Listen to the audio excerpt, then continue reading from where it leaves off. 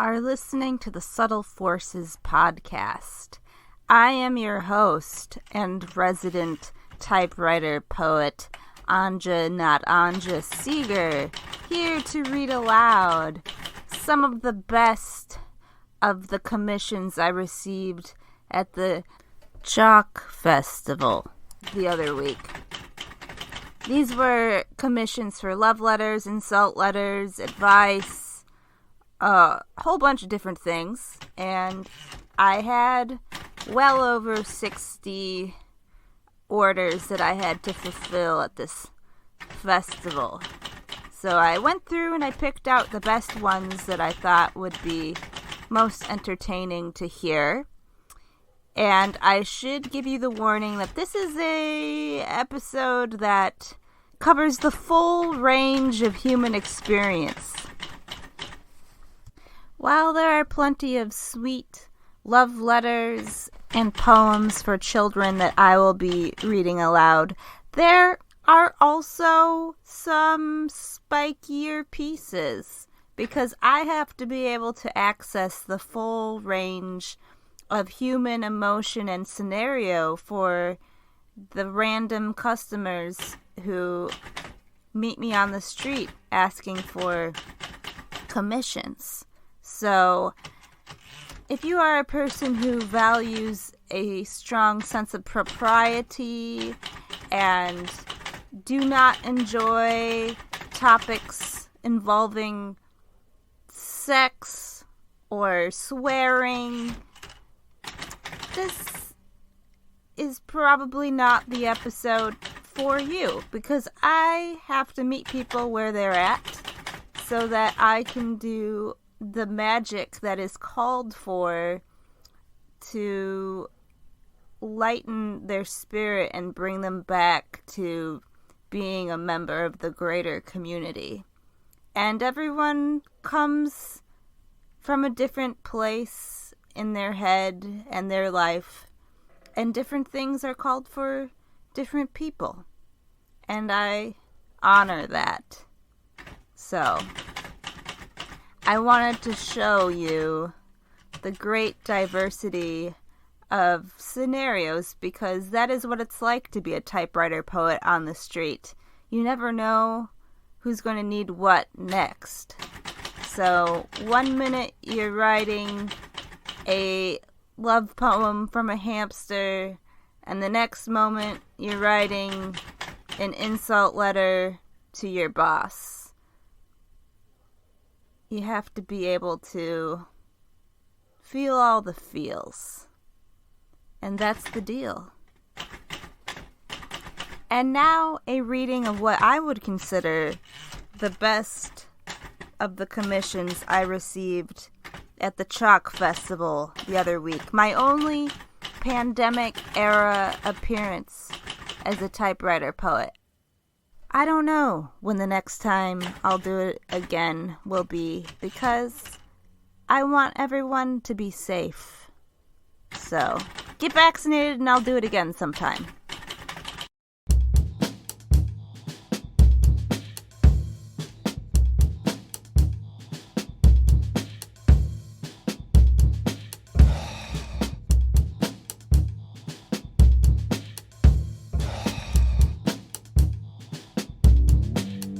For the 12-year-old girl who has a lot of friends, but her friends are kind of mean in that they tell her that she sucks frequently, and she doesn't know what to think about that. Whenever a friend tells you, "You suck," it is a shortened way of saying, "You suck the sour out of my day. You drink the loneliness that I feel, and I am left not dry or parched, but enlivened, ready again to face the challenge of pubescence. The emotions, the pains, the fears cannot take hold and control me when you suck as you do. Thank you."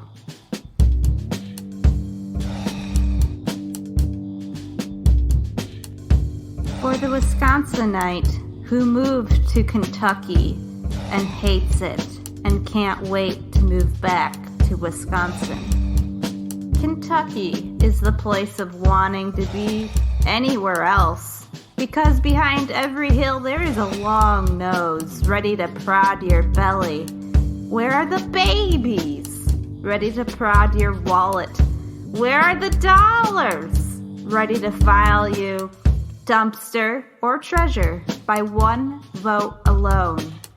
Too tumultuous. I want the flat certainty of Wisconsin roads. Humble, docile homeland. And now an insult letter to the brother who is moving out from the younger brother who is moving into the older brother's former room. Trust me, I'm going to need a bucket of bleach to scrub the popped pimple juice off the walls of my deserved new room the day you move out. Maybe if your curls weren't glued on with glue sticks, you'd be able to adult your way into a job or a relationship not hewn of silt. But you are 100% fake. Love, your brother. Here is a letter to a man's beautiful wife. Your beauty seeps, and it sweeps all other concern away. Your beauty is the first thing I say to sum you up, though your beauty cannot be defined within expected parameters. Your beauty is an emotion, a way of transcribing daily life, a view from your perch of experience, a radiance from your eyes, hair, and skin. It is a mystery that keeps me asking, what else is possible to love?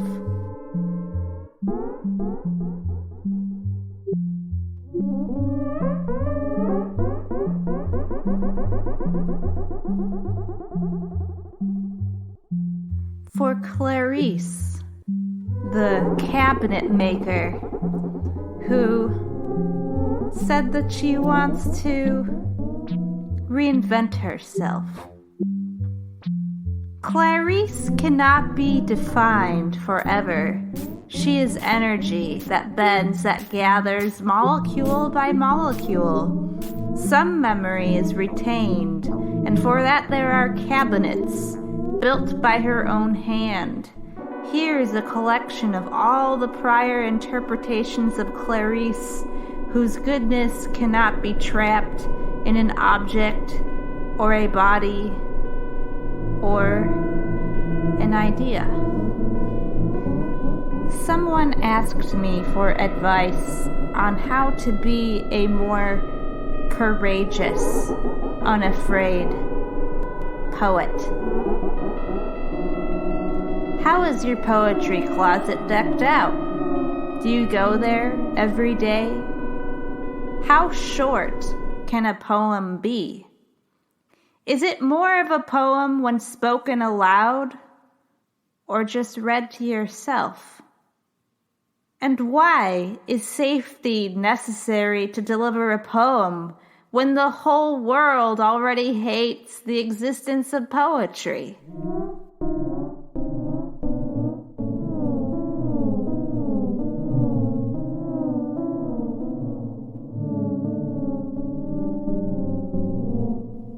Is it more of a poem when you write it alone or when you share it with someone? These are the questions that begin your freedom, but the next ones you ask will answer. A story for a college student who is confused. Once there was a pluot, ripe and fresh, that wanted to be transformed by the sun to a perfect prune. So the pluot rolled to Madison and tried a math class. But there was no sun in that lecture hall. Meanwhile, weak but steady rays basked the pluot in the psych and poli-sci departments. There is no reason to receive sun in just one setting or position, realized the lightly wrinkling pluot. So I might as well dry from all angles, and this way I will gain the most wrinkles until I dry.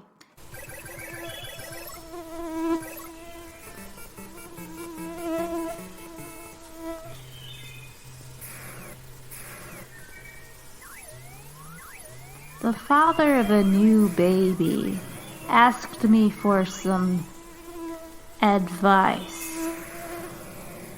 Buy the biggest set of cymbals you can and join in the hubbub.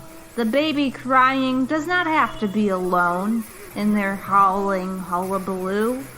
You may be turning 40, but that just means you are 40 times a baby. So let yourself rack it along to the pandemonium. Like a barking mad cow diseased zombie apocalypse survivor. You can do this. This next one goes out to the kid who wanted me to write a poem about dinosaurs. Dancing dinosaurs continue their ancient tradition, bobbing their long necks, flapping their Tyrannosaurus arms into wings, claws into flippers, sawing necks. These swans, scale grace, keep moving, egg to egg, cracking.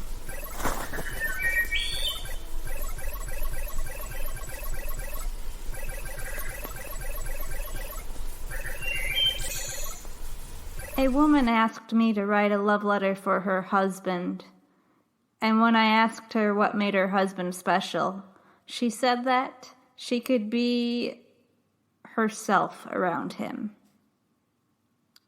My ears have heard you, and the lesson has been trained in me. I have no reason to paint another face over my own. I can be unfiltered, and even spiky like a burr. And you tell me that is perfect. Velcro was invented that way. And just like Velcro, I stick to you tight. Wake me up. You do. I wake up excited to wake you.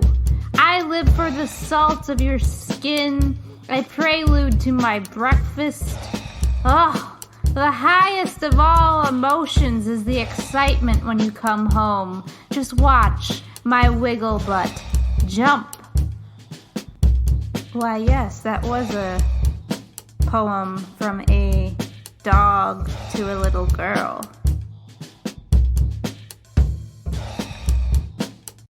And here's some advice for someone entering high school. High school is the opportunity to test the limits of who you think you can be. Quiet, loud, nerdy, athletic. Ask yourself each day, what is something I can do today that will make me slightly uncomfortable, vulnerable, open to learning, where your borders can be moved and where they are solid. It makes the rest of life all the more clear. A woman emerging from divorce asked me for some dangerous advice involving the word discombobulate. Discombobulate? It's too late. That has already been your fate. So, from now on, carry a laser pointer in your pocket. And whenever someone tries to fling their bullshit on you, turn your pointer on and aim it at their heart and say, "That's all you, not me. Deal with it. I am out of here, dear." A mother of a high schooler came up to me and said that her daughter won't stop swearing at her and calling her a bitch and telling her to go fuck herself and everything. So she wanted a story that would teach her daughter to have a little more consideration and definitely manners when dealing with her mother. Once, I knew this girl. We were in high school, and she had some serious tude.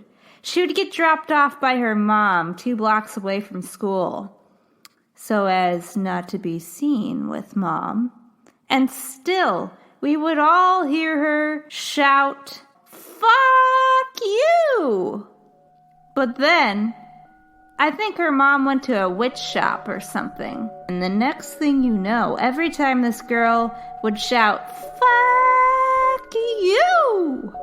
her mom would. And this is not suitable for children. So if you are a child, close your ears. Her mom would go into orgasm. Louder than any orgasm in the history of copulation. It was pure magic, and it was more embarrassing than any flippant remark this girl had. So you better watch out.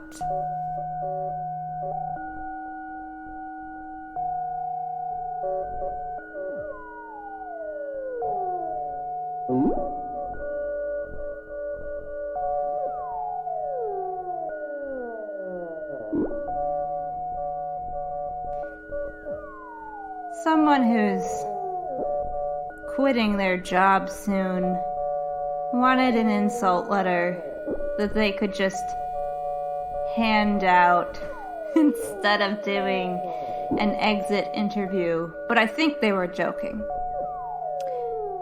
Take this in lieu of an exit interview, you rumpled, senseless brute whose rudeness is the one consistency of your work ethic, to growl and nip.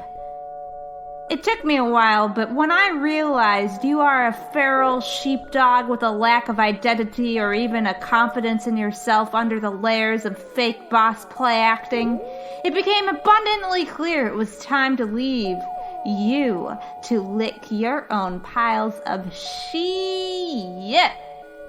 Bye, you punctured, pussing anus.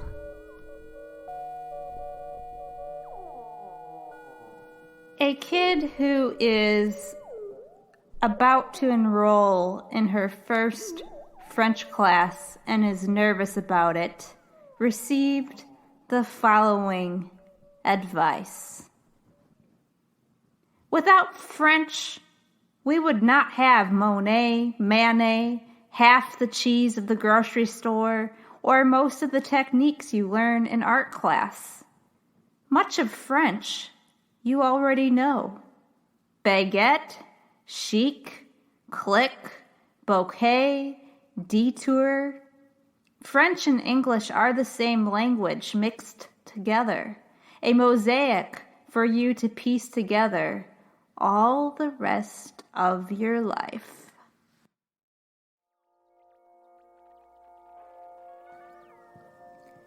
Sometimes I leave my room to chase the sun on your yoga mat in your room where you stretch. I stretch. I want what you have sometimes. And I don't mean objects. I mean attention. I want to pay attention to what you attend to. I want to feel your presence in the present, where our universes collide. We are one. Meom. Yes, that was a letter from the cat. A little while after the mother of the potty mouth high school student received that story, the very potty-mouthed teenager herself came up to me and asked for an insult love letter to her mom. Mom, I want to thank you for lowering the bar of what it means to be a bitch. Where the bar once meant to be anti-man, hopelessly unmarriageable, independent, bitch now means something more like a female in touch with her anger and her right to be anything she wants, within or outside of gender norms. And when I say fuck you, I am not going to hell. I am getting empowered to advocate for what is called for and what is not. I learned the line from you, and I am forever feral. When I handed this over, the high schooler did not appreciate what I had written and complained a little bit, but the man who I believe is the father figure in her life said, no, this is exactly what was called for. Sunshine and Leaf, two cats who don't get along. Sunshine and Leaf, except the leaf is the kind that cannot handle too much sun. And the sun is from another universe and was never meant to shine on this planet, let alone this leaf. And so the two of them are one hot, scratchy mess, and yowza, ouch, ouch, ouch. A woman who is now single after a long history of bad men asked me to write a love letter to her future lover.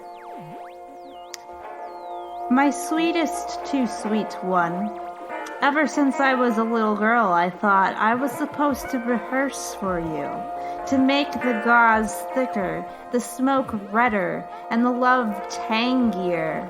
But I kept getting runs in my fishnets, and my costume tangled, tying me to the tracks, train wreck after train wreck. So when you came at me all normal, I didn't recognize you, not even when you chased me, because I thought you were boring. 'Cause you're no devil looking to pluck out my tears with your miserable claws. No, you're just straight up mellow. You could be anyone, normal, except you choose to be someone kind, steady, and attentive, patient with my moods, open to my curiosity.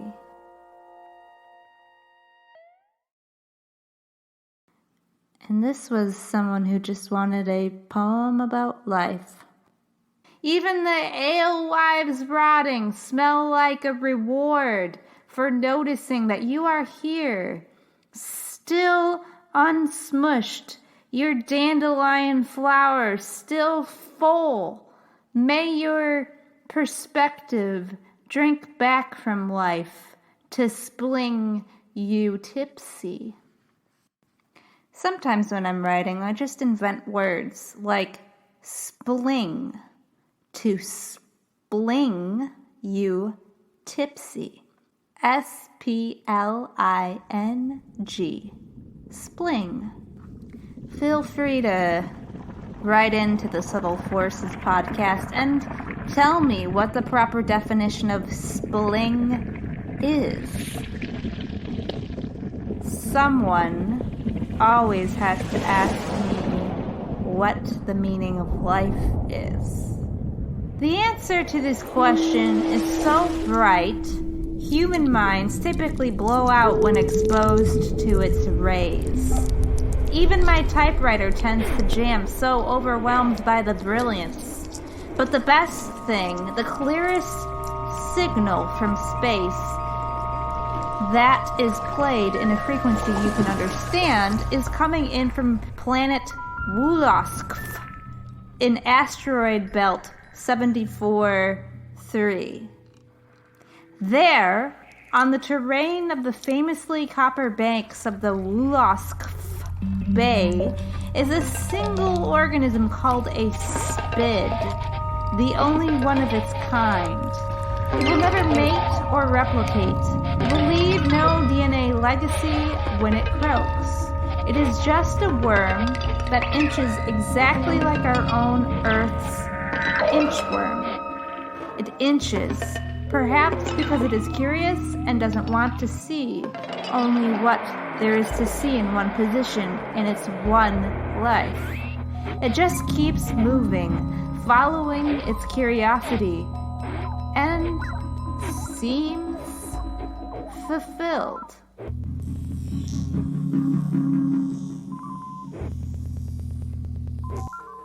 Thank you to all who came out to the Museum of Wisconsin Art and saw me typing at the Chalk Festival.